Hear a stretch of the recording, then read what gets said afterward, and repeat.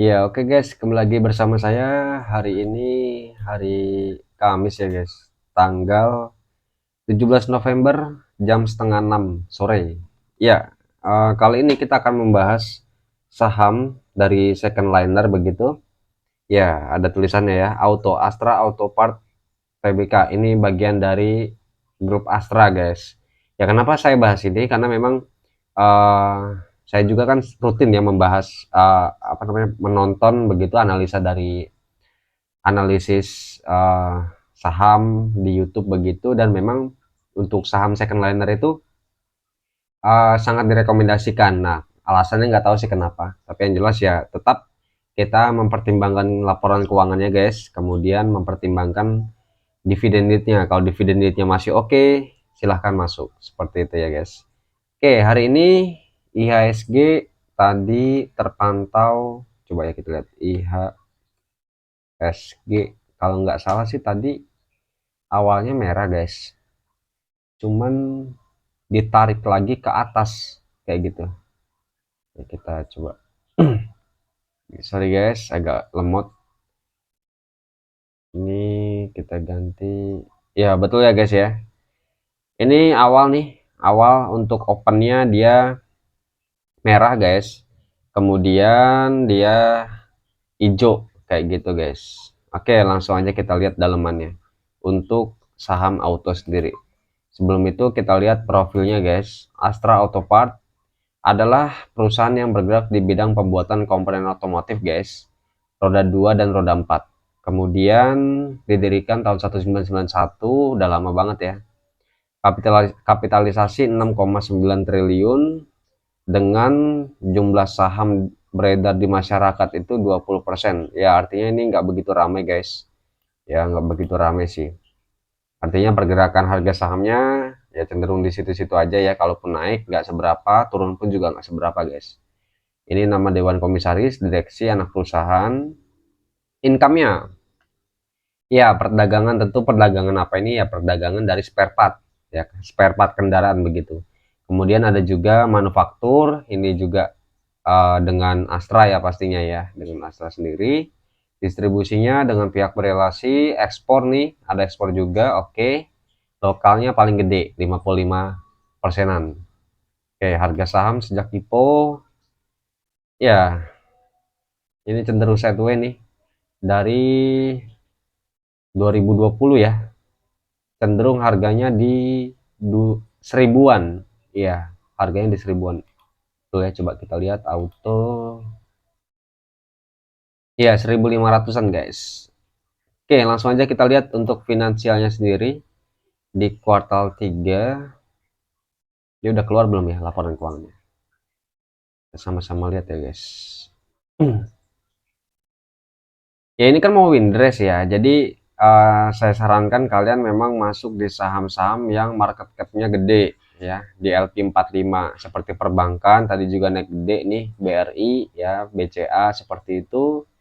Kemudian dari pertambangan sendiri ada Adro, PTBA kayak gitu. Kenapa? Karena ketika windress saham-saham yang cepat terbang itu yang market cap-nya gede guys, kayak gitu.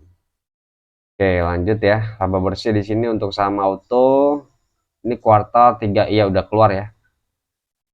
Laba bersih yang dapat diatribusikan ke pemilik entitas induk 300 miliar guys. Ini secara QNQ naik guys ya. Secara QNQ naik, kemudian secara years on years juga naik. Ya, untuk keuangan nggak ada masalah guys. Artinya laba bersih di sini mengalami peningkatan jika kita bandingkan secara QNQ maupun years on years. Oke, kemudian IPS terakhir 82. Kita lihat untuk rasio-rasionya di sini pernya 6, ya medium sih ya di harganya sekarang begitu. Tapi memang saya sarankan kurang dari 5 guys. Kalau pernya kurang dari 5 ya room grow-nya masih ada gitu loh ya. Cuma pertimbangan utamanya selain dari per dan juga PBV guys, itu adalah dividend yield. Kalau dividend yield-nya di atas 10% misalnya, itu sangat worth it banget kayak gitu. Oke, pernya 6, medium ya, medium range. PBV 0,62, ya PBV-nya kalau kita lihat di sini sih murah sih guys ya, 0,62 di bawah 1 begitu. Oke, kemudian ROE 8%. Ya 8% sih kecil kalau menurut saya ya. Bagus itu di atas 20%. Ya, medium range itu di atas 10% sampai 20%, dan juga istimewa itu di atas 30%. Ya, saya baru uh, baru mendapatkan bahwa ROE gede di atas 30% itu di saham-saham komoditas, khususnya batu bara guys ya. Itu sih guys. Ya 8% sih kecil ya hitungannya. ROA 5%, kemudian oke, kita lihat IPS anualisnya 230 guys. 230 kalau kita lihat di RTI itu naik ya IPS anualisnya di sini. Dan di kuartal 3 ini laba bersih terbesar guys. Jika kita lihat di RTI itu dari tahun 2019 sampai 2022 itu laba bersihnya terbesar itu di kuartal 3 2022. Di kuartal yang baru ini seperti itu. Ya langsung aja kita untuk hitung potensi dividen yieldnya begitu. DPR-nya sih tahun 2020 itu kita skip ya guys ya, karena itu dia minus begitu, tapi dia tetap bagiin sih, bagiin dividen ya. Langsung aja kita buka kalkulator dulu guys di sini.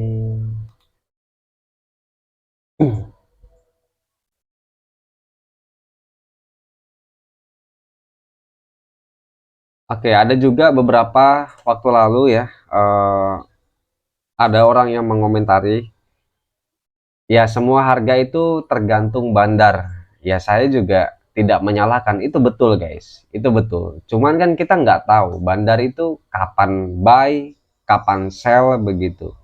Ya pastinya ya kita apa yang membedakan saham dengan kripto itu ya, kalau kripto itu seperti tadi ya, kita nggak tahu bandar nge-sell, bandar nge-buy begitu. Yang kita pertimbangkan hanya isu begitu loh ya. Tapi kalau di saham kita bisa lihat fundamentalnya begitu, dan itu adalah salah satu pengamannya kita ya, selain dividen ya. Kalau keuangannya bagus pasti juga investor selain bandar itu juga pasti masuk begitu loh ya. Dan nggak semuanya itu isinya cuma bandar, ada juga investor begitu, dan juga retail pastinya ya. Itu loh guys. Jadi kita bedakan antara main saham dengan main kripto begitu ya. Ya mungkin gaya investasinya berbeda, mereka ya mengutamakan bandarmologi begitu di saham-saham gorengan yang nggak bagi dividen, ya nggak masalah juga ya. Semua itu halal guys ya, semua itu halal, memang dilindungi oleh undang-undang begitu, cuma strateginya berbeda gitu loh ya. Saya pun juga nggak mau debat, kalau selama analisa kalian itu kalian yakini ya udah itu pakai aja kayak gitu ya. Saya hanya menganalisa dari segi fundamental dan masuk di area supportnya seperti itu dengan menggunakan analisa teknikal seperti itu guys. Oke langsung aja back to auto ya guys. IPS anualis 230 dengan DPR 40 dan 39, berarti rata-ratanya berapa nih? Kita konservatif aja, 39 tambah 40 guys, dibagi 2. Ya ini rata-ratanya 39, ya 40 lah ya, 40 begitu. Kemudian dia IPS anualisnya itu 230, berarti 40% dikali 230 IPS anualis dibagi 100 karena persen begitu. Oke, dapat 92 guys. Ini adalah potensi dividen yang akan terima jika dia bagikan DPR itu 40%. Ya. Itu 92 per lembar sahamnya dividennya. Oke, sekarang harganya berapa? Ya, kalau nggak salah ini sempat naik gede guys. Dia di Oktober itu harganya di 1200, sekarang ke 1500-an guys. Nah, masih worth it nggak nih di harganya sekarang? Ya udah, langsung aja kita bagi 1520, dapat dividen yield 6. Iya, saya rasa untuk harganya sekarang itu sudah berada di harga fundamentalnya guys. 1500 itu dividen yieldnya 6 persenan ya, dengan asumsi kuartal 4-nya itu kinerjanya sama guys ya, maka IPS-nya itu sekitar 230-an. Jadi ya ini sudah di harga fundamentalnya, sudah di harga wajarnya begitu. Kalaupun dia naik ya sebetulnya masih bisa, cuman memang terbatas. Kecuali ya kembali lagi bandarmologi, kalau ada bandar yang naikin, Tapi kan kita nggak tahu guys, kapan naikin, kapan nurunin. Yang jelas-jelas, yang pasti-pasti memang kita bisa menganalisa dari datanya, laporan keuangan dan histori dividennya. Seperti itu loh guys. Ya, itu 6% berarti sudah di harganya, ya wajar dia naik kayak gitu. Ini yang saya bilang ya guys. Jadi harga saham itu ya lama kelamaan memang akan mengikuti harga fundamentalnya. Lama kelamaan ya guys ya. Tapi bukan berarti juga langsung begitu, enggak. Itu juga butuh waktu guys. Nah, apalagi jika ditambah dengan kuartal 4-nya si auto ini itu bisa meningkatkan labanya lagi kayak gitu. Bisa jadi 2 kali lipat, ya berarti hitung-hitungan kita itu beda lagi nanti. Room grow-nya itu juga beda lagi.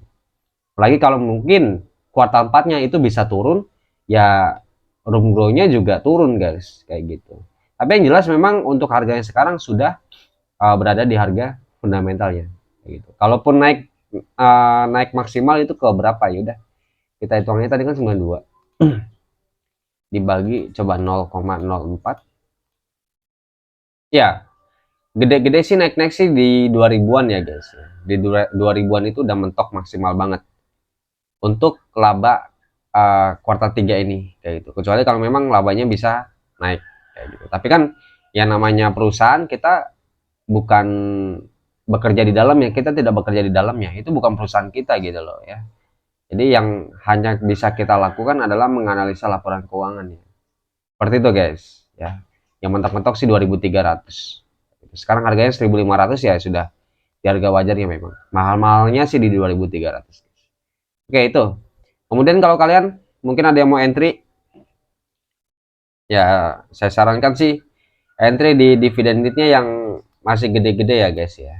Tapi kalau mau di sini pun mungkin bagi invest long term begitu ya nggak masalah juga. Coba kita lihat di sini ya, higher high, higher low begitu. Ini sebelumnya ada nggak nih? Dia harganya sih segini-segini aja ya guys ya. Ini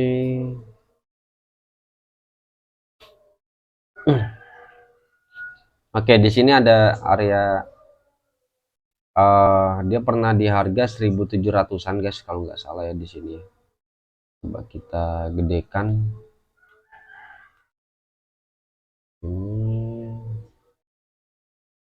Ini area TP dulu ya guys ya. Karena kita mau cari TP.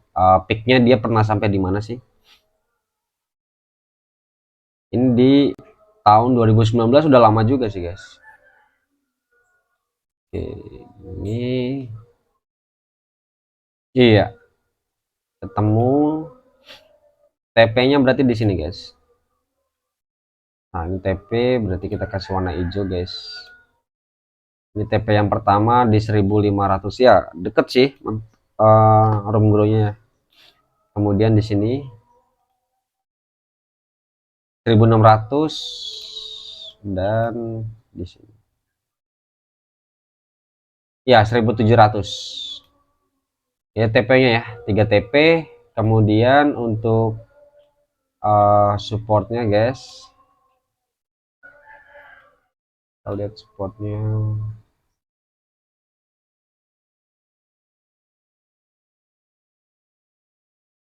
Ya kalau seperti ini sih kita bisa pakai Fibonacci ya guys. Ini kita tarik garis ini guys.